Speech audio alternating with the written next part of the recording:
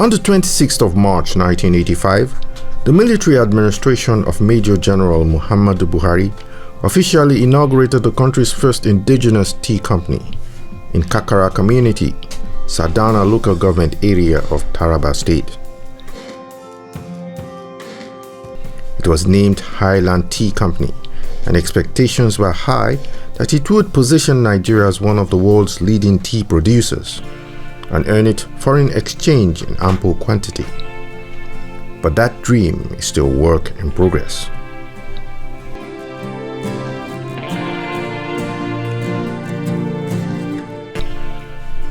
Kakara lies on the scenic Mambilla Plateau, paragon of undefeated beauty and favored by many for its beautiful landscape and chilly weather.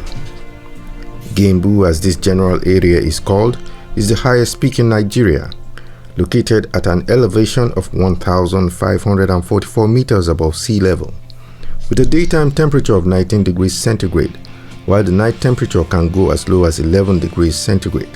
Here, because of the chilly nature of the environment, residents hardly use air conditioners or refrigerators.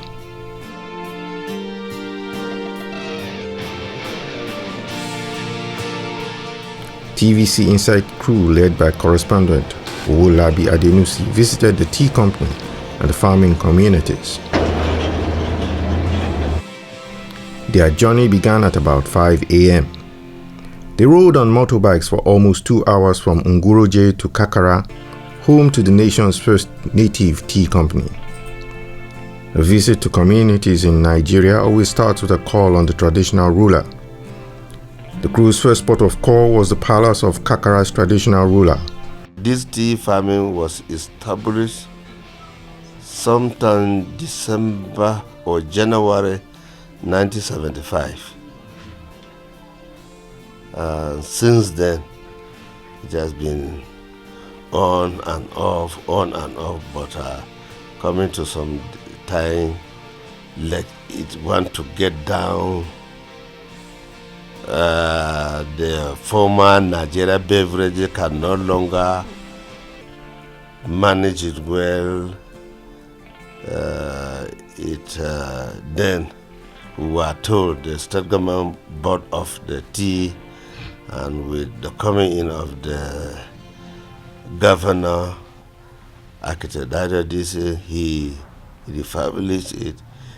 Everything there is normal. To him, setting up a tea company in his domain is a great relief to his people, as it has contributed positively to their livelihood. A tea company is helping my community. That's the entire Kakara, where we call my chiefdom is called Kam Chiefdom, but about 17 to 27 villages do tea farming, and through this tea farming that they sponsor their children to schools, treatment, clothing, and other etc. Many things. Indeed, there is no household in Kakara that does not grow tea, and many residents were eager to speak with TVC Insight on their achievements through tea growing. I personally, I went to school through this tea. I'm a degree holder. In fact, this tea has helped a lot, and we have so many graduates in this community, and we don't have any source of sponsor except through this tea. I hope you understand. So we still have so many, like the company now has to give us scholarship so that our children will at least move to the next level, in order they should come back and represent us in the company. I hope you understand. So this is also one of the things that we have been doing, and we still need the support of the government.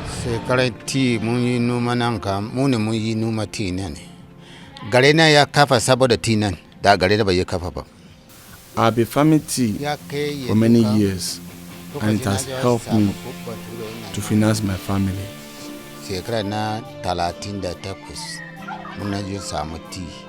I started there, I can say from that 10 years old, that is 2002, when I was here in this community. Also achieving from this tea plucking. It's through this tea during the holiday, I always come to pluck tea. After plucking the tea, it is there I will achieve my school fees and even the final year registration. And in 2013, that I could be able to pay it is through the tea. Through the tea, we do carry our children to school, and it helps us in doing many things such as domestic work at home, and it also helps us to sponsor ourselves in going to one place to another. So actually we need the government to help us by empowering us through getting us fertilizer and chemicals. That is the way we are having some challenges. If your farm is around a hectare, at least that 2 weeks you will get no less than 200 kg. And that 200 kg is worth up to 6,000 to 7,000 naira, which means in a month if you have 1 hectare, you have at least almost 14,000 naira. So you see that money will help you to do your work and to send your children to school. But where we are having challenges is to fertilizer and chemicals. On the way to the tea company, the crew met a woman and her daughter harvesting tea. She spoke on the joy of tea farming.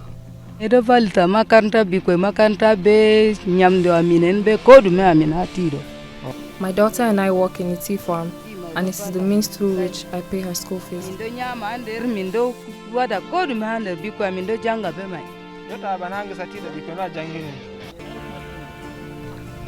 The company's tea nursery is located at a spitting distance to the tea company. Here, TVC Inside crew was put through the tea growing process.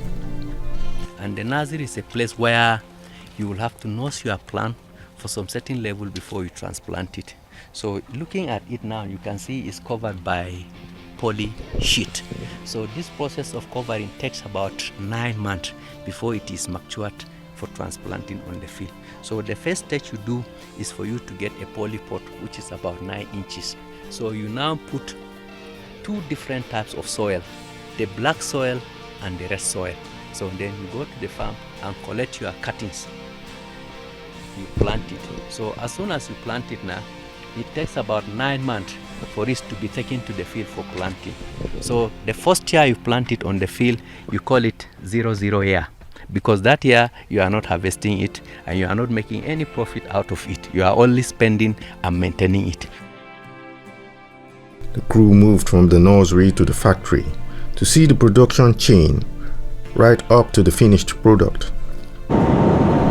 Tea production is undoubtedly a tedious process involving the plucking, withering, rolling, oxidizing, and the drying process.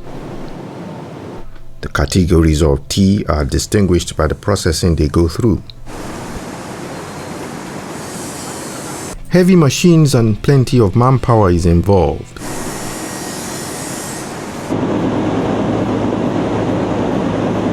The production supervisor and other production staff speak on tea manufacturing.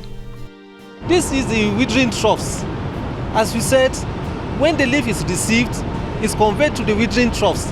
And the essence of withering is to reduce the moisture of the leaf to a standard of 68 to 72%. In a black tea product, the higher the moisture of the leaf, the bad the quality. And the lesser the moisture of the leaf, the bad the quality. So we try to ensure that the right moisture that is required in the leaf before cutting is sustained, which is 68 to 72%. Through the help of the government, the work has helped in assisting my family's welfare. Without it, I would be unable to feed and send my children to school.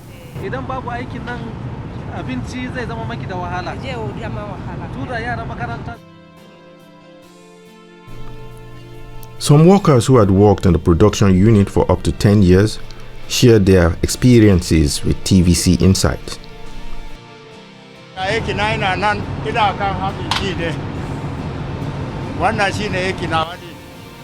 Tea farming is what I do, and I'm happy with it.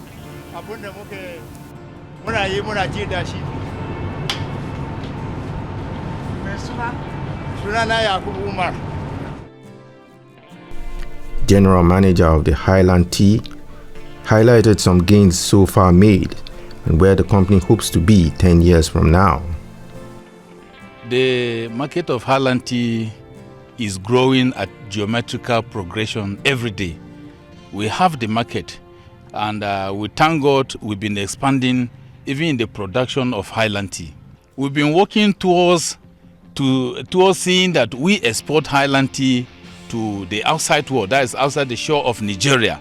And this has been our next plant, and that is why we have about 10,000 hectares of land in Abon, which is our next plan to expand the tea production. And we will say that is a challenge, but we're working towards that. The other issue is issue of irrigation. You see, the rain system here is not giving us enough water that we want. However, you can see that we have irrigation all our farms. So it has been a challenge. The gap at a period that we don't have enough rainfall and the period that rain will start is a challenge to us. But we have complemented that towards the irrigation that we have in our farms. The Highland Tea of today is automatically different from what you used to know it.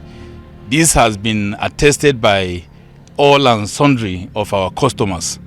And we thank our Excellency, the Governor of Taraba State, Akite Darius Dixon Ishaku, who revived this company in 2015 through the completion of the hydro power plant that is providing 400 kilowatt power to the company, and also the provisions of tea bagging machines and tea overwrapping machines, that today you can see that the product is better than what it used to be.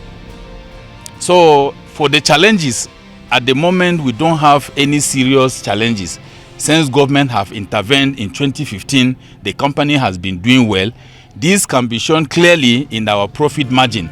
The profit of the company is growing year by year. If you see our profit margin from 2015, that of 2016 is greater, and that of 2017 is also higher than that of 2016. You can see that we are growing every day.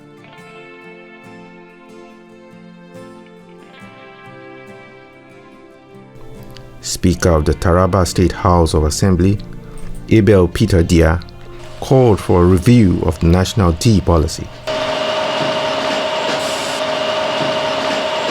Generally, what we need in Nigeria, before I narrow myself to Mambilla Plateau, is a revolution in the area of agriculture.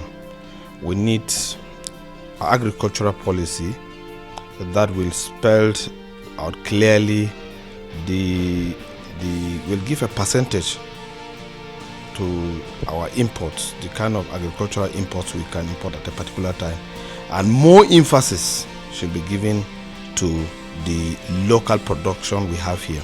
Because if you look at taking us back to the tea, we need a national tea policy in this country that will state clearly we can give 20% beverages importation to other teas in the world.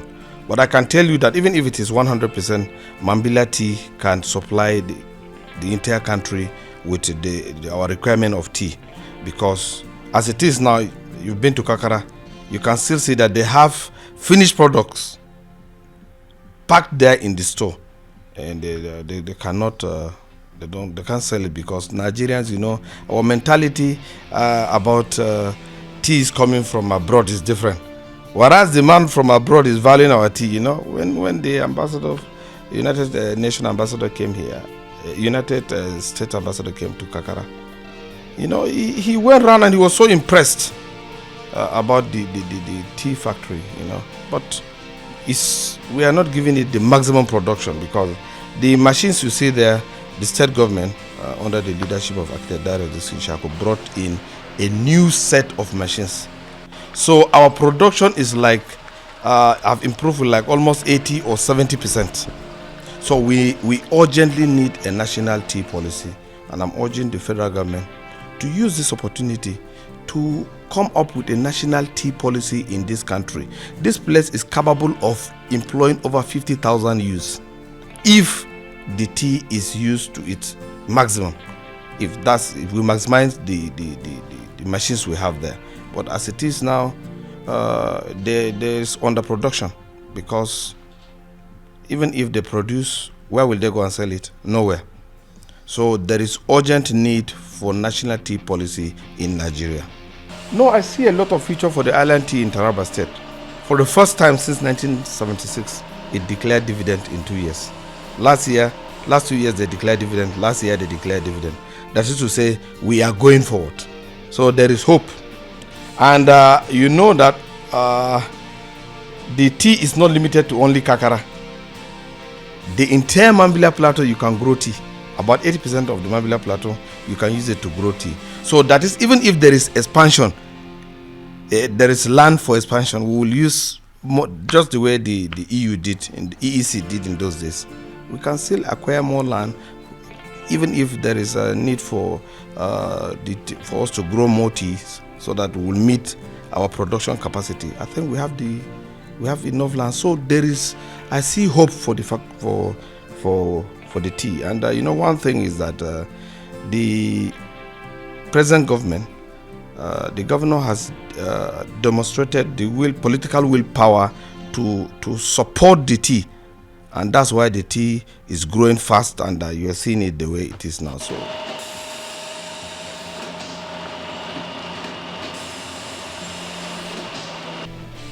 Taraba State Governor Darius Ishaku is confident that before the end of his administration, he would lead a revolution in the tea sector that will enable the country do better than Kenya, the world's leading exporter of tea. We can bring ourselves to the level of Kenya if we're serious. I have shown how serious we can be. Within 4 years, tea that was dead in the Mambilla Plateau is now on production every day, every hour, non-stop. We have changed all the machines to brand new CTC machines. We have changed the packaging machines twice. We have done everything to put tea in the market. The beauty of it all is that our tea is about one of the best here and outside. Our tea is better than the one in Kenya. Because before they ship tea from Kenya to Nigeria, it takes months. Before they ship tea from maybe India or China, it takes months. But our tea is fresh in the market. This tea I'm drinking, maybe highest is 4 weeks on the shelf. So the taste is different. And I don't take this tea with sugar. All this I take without sugar. And I've enjoyed the taste. Well, most people now are taking the tea. And so what do I do now? I'm giving the airport some as gifts. And luckily, I think it's in Abuja, they have started cooking it in the reception. But we need to do a lot of work to be able to meet up with the requirement. We have not met. We are not up to 10%. We have not even met up with 10% of the tea requirements in the country. I will pray that maybe by the 8th year we should maybe get to like 30-40%. But that would mean an aggressive push, and that would mean having like 4-5 of that kind of factories up the road. And that will mean having power to drive it. And that will mean having infrastructure. The road that you take now, even to the Mambilla, is being built by the state government. And it's still not reimbursed. What I'm doing, we're making an aggressive nursery. aggressive nursery. This year alone, we are going to plant between 1 to 1.5 million tree stems. And it takes about 2 years to do the nursery before you go and plant it, and about 5 years on the field. So it's not as if you just pick it like corn and plant it. But the beauty of tea, it at least stays 50 years. You just be harvesting it every time it grows. So what I'm saying, we are working hard, and in another 4 years we should be able to triple or quadruple our production. But then you will need to have more tea factories to meet up with the requirement, because we are 200 million people and still counting.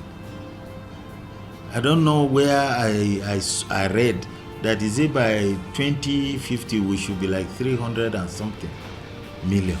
So you see, our population is huge. I don't know what is the population of Kenya, but Kenya may be like 40, 50 million people. So you see, if the quantity that may satisfy Kenya may not satisfy just one region in this country. So we need to really put in more. But the biggest problem is the estates. The tea estates, the tea estates is the problem. You need to have the tea estates, then before you talk of the factory, before you talk of the plucking. Because it will be on regular basis if you have the factory. You can't have a factory and then you are not producing anything. But when you have the estate, then you will be in business. You can be producing. Still has oil. The main stem has oil. But then recently, the MD was telling us that in some countries like Jordan and the other countries, they are looking for they are looking for the main stem. You know, after producing the tea, I don't know whether you went into the factory, you will see that they are throwing away some of the stems, and this is the 3 leaves they pick, just the 3 top where the chlorophyll is thickest or highest. Then the stem and this is being thrown away. They are buying those things because I understand it has a lot of tea content. So those countries that take a lot of this those that cook this tea and are continuously taking it in this hot climate, they prefer I think it has more caffeine content. So they prefer that. So what they were pouring away now, they are now bagging it and selling it outside the country. It's making them good money now. But Taraba's Highland Tea Company needs greater manpower to meet soaring domestic demands. A great effort has to be put in if Nigeria is to register its name among the leading producers and exporters of tea.